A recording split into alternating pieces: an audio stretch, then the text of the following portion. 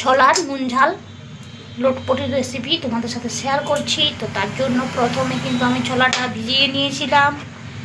ছোলাটা ভিজানোর পর কিন্তু আমি 2টো সিটি দিয়ে দিয়েছি, আর সাথে আলুটাও সিদ্ধ করে নিয়েছি। দেখতেই পাচ্ছ আমি কিন্তু একটা আলু দিয়েছি। তো তোমাদের যার যেমন প্রয়োজন তোমরা সেরকম দিবে।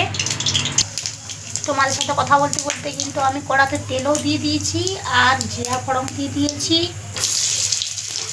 এরপর আলুগুলো দিয়ে দিচ্ছি আর আলুর সাথে কলাইটাও দিয়ে দিলাম। তো হালকা করে নাড়াচাড়া করে কিন্তু ভেজে নিচ্ছি।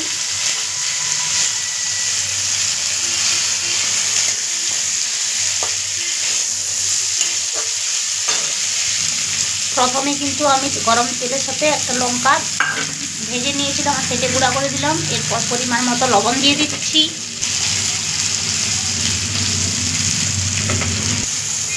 দেখতে পাচ্ছ এটা কিন্তু কমপ্লিট হয়ে গেছে। এরপর তুলে নিচ্ছি।